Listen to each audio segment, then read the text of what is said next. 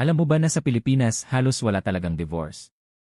Pero may mga kultura sa bansa natin na matagal nang may sariling paraan ng paghihiwalay. Part 1, Batas Lag Pilipinas.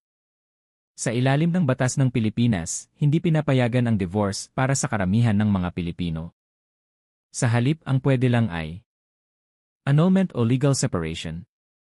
Ibig sabihin, kahit hiwalay na kayo, kasal pa rin kayo sa papel. Part 2, Exception ay batas.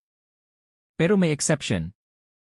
Para sa mga Muslim sa Pilipinas, pinapayagan ang divorce sa ilalim ng Code of Muslim Personal Laws of the Philippines.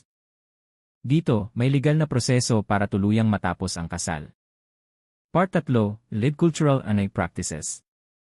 Bago pa dumating ang modernong batas, may sarili ng sistema ang ilang katutubong grupo.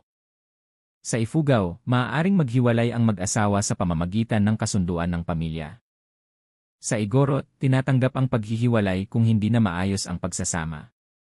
Sa mga lumad, may tradisyonal na proseso ayon sa kanilang komunidad. Walang papel pero may respeto sa desisyon ng bawat isa. Part 4, Reality Check. Kaya ang tanong, mas mahalaga ba ang legal na papel o ang tunay na kalagayan ng relasyon? Sa Pilipinas, maraming mag-asawa ang hiwalay na sa puso pero hindi pa rin legally free. Ano sa tingin mo? Dapat bang magkaroon ng divorce sa Pilipinas? Comment down below at huwag kalimutang mag-like at subscribe para sa mas marami pang ganitong kaalaman.